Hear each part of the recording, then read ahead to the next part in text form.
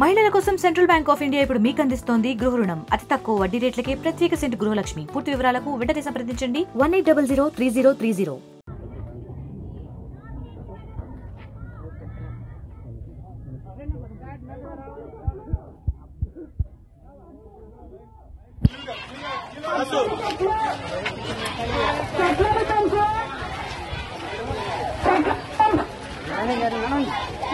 నీటిని సంరక్షిద్దాం. ఈరోజు స్వచ్ఛతా హీ సేవ అనే కార్యక్రమానికి మన జిల్లాలో శ్రీకారం చుడుతున్నాము. ఈ స్వచ్ఛతా హీ సేవ అంటే మనందరికీ తెలుసు, cleanliness is next to godliness అని ఇంగ్లీష్ లో చెప్తారు. మనం పరిశుభ్రంగా ఉంటే మనం ఆరోగ్యంగా ఉంటాము. అంతేకాకుండా మనకు మైండ్ కూడా ఫ్రెష్ గా ఉంటుంది. యాక్చువల్లీ మీరు ఒక అపరిశుభ్రమైన ఒక ప్లేస్ లో ఉన్నప్పుడు మీరు ఎలా ఆలోచిస్తారు, ఎలా పనిచేస్తారు అనే దానికి, పరిశుభ్రంగా ఉన్న పరిసరాల్లో ఉన్నప్పుడు మీరు ఎలా ఆలోచిస్తారు అనే దానికి నక్కకు నాగలోకానికి ఉన్నంత తేడా ఉంటుంది. ఈ నేపథ్యంలో అందరికీ కూడా ఈ పరిశుభ్రత పైన, స్వచ్ఛత పైన ఒక స్పృహ కల్పించాలి అనే ఉద్దేశంతో ఈ యొక్క కార్యక్రమాన్ని రాష్ట్ర ప్రభుత్వం, కేంద్ర ప్రభుత్వం ద్వారా ఏర్పాటు చేసింది. ఈ కార్యక్రమంలో భాగంగా మనం ఏం చేయాలి అంటే మనం కొన్ని చిన్న చిన్న అంశాలని మనము పాటించాలి.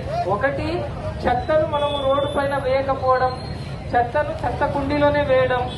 ఇంటింటికి చెత్త తీసుకునేకి పంచాయతీ వాళ్ళు వచ్చినప్పుడు తడి చెత్త, పొడి చెత్తని వేరువేరు చేసి వేరుగానే ఇవ్వడము.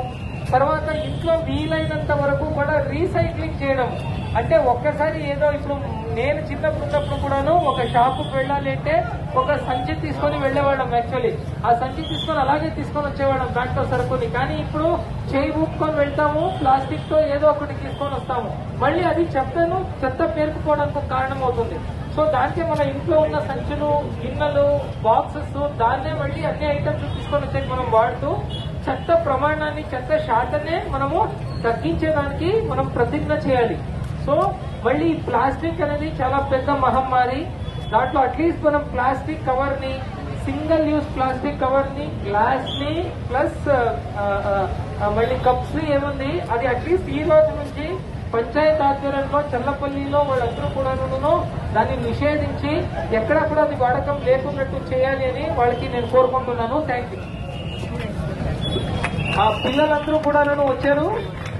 నేటి బాలులే రేపటి పౌరులు అంటారు. సో మీరందరూ కూడాను మీరు డిసిషన్ తీసుకుంటే ఇది చాలా బాగా చేయగలుగుతారు. యాక్చువల్లీ మీరు ఇవన్నీ నేర్చుకుని మీ పేరెంట్స్ కూడా చెప్పి ఒక చిన్న మార్పు మీ ద్వారా కూడా జరగాలి అని కోరుకుంటున్నాను. Thank you.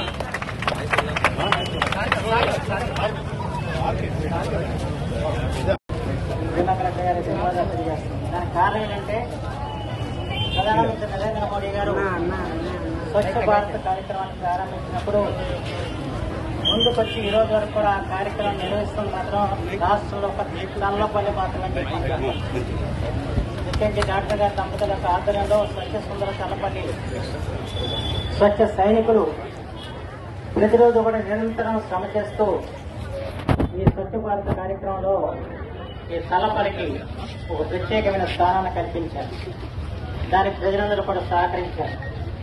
ఆ కారణంతో వాళ్ళ చల్లపల్లిని ఎంపిక చేశారు. ఇక్కడ ఈ కార్యక్రమం నిర్వహించుకోవడం జరిగింది. అయితే ఇక్కడ ప్రతిజ్ఞ చేశాం.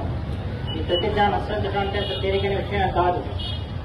ఎందుకంటే వాళ్ళ ప్రతి ఒక్కరు కూడా పర్యావరణాన్ని కాపాడుతాన్ని అడుగు కట్టాలి.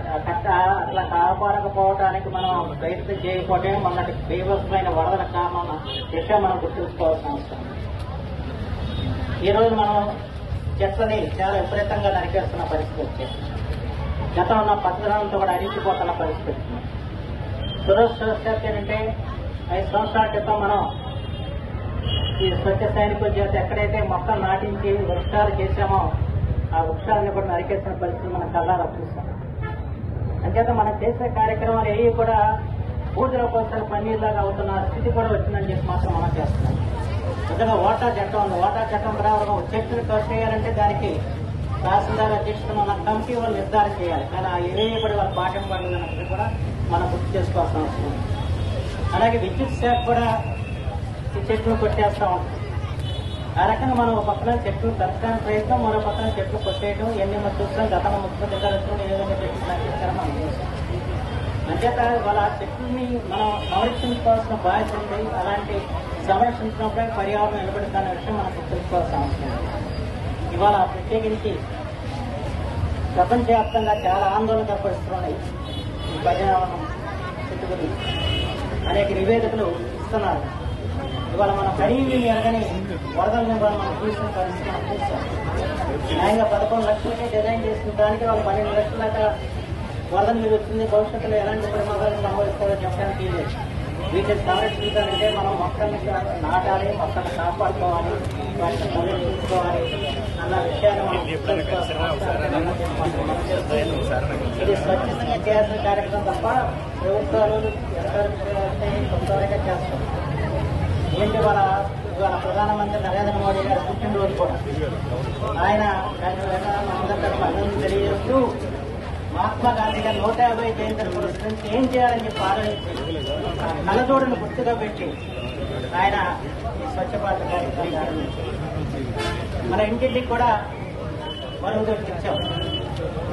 ఆ మరుగుదొడ్లను కూడా సద్వినియోగం చేసుకోవాల్సిన బాధ్యత ప్రజానీకంగా ఉందని చెప్పి మాత్రం మనం చేస్తాం. నిజంగా స్వచ్ఛాంధ్ర మిషన్లు చేసే కార్యక్రమాలు ఇవాళ ఈ తలపల్లో ఒక ఆదర్శప్రాయమైన కార్యక్రమం చేసి నిర్వహించారు. స్వచ్ఛ భారత్ అంటే ఎలా ఉండాలో చేసి చూపించిన తలపల మాత్రమే భారతదేశం అవసరం ఉంది. దాని గుర్తింపుగానే ఏదో తప్ప సర్పంచ్ గారికి కేంద్రం పరిస్థితి వచ్చింది. దేనికి ఇచ్చారు? కేవలం అంచేత ఈ తలపల్ని ఆదర్శంగా చేసుకుంది. రాష్ట్రం సంఖ్య దేశం సంఖ్య అనవసరంగా అవనిగడ్డ నియోజకవర్గంలో అన్ని గ్రామాలు ఈ విధంగా తయారవ్వాలని చెప్పి ఆకాంక్షిస్తూ మన కలెక్టర్ గారు మేము కానీ పూర్తి సహకారం ఇస్తామని చెప్పి మాత్రం మనం చేస్తూ ఈ రోజున అవకాశం ఇచ్చినందుకు. మరిన్ని వీడియోస్ కోసం ఛానల్ ని సబ్స్క్రైబ్ చేయండి. లేటెస్ట్ అప్డేట్స్ కోసం వాట్సాప్ ఛానల్ ని ఫాలో చేయండి. అండ్ లింక్ డిస్క్రిప్షన్ లో ఉంది.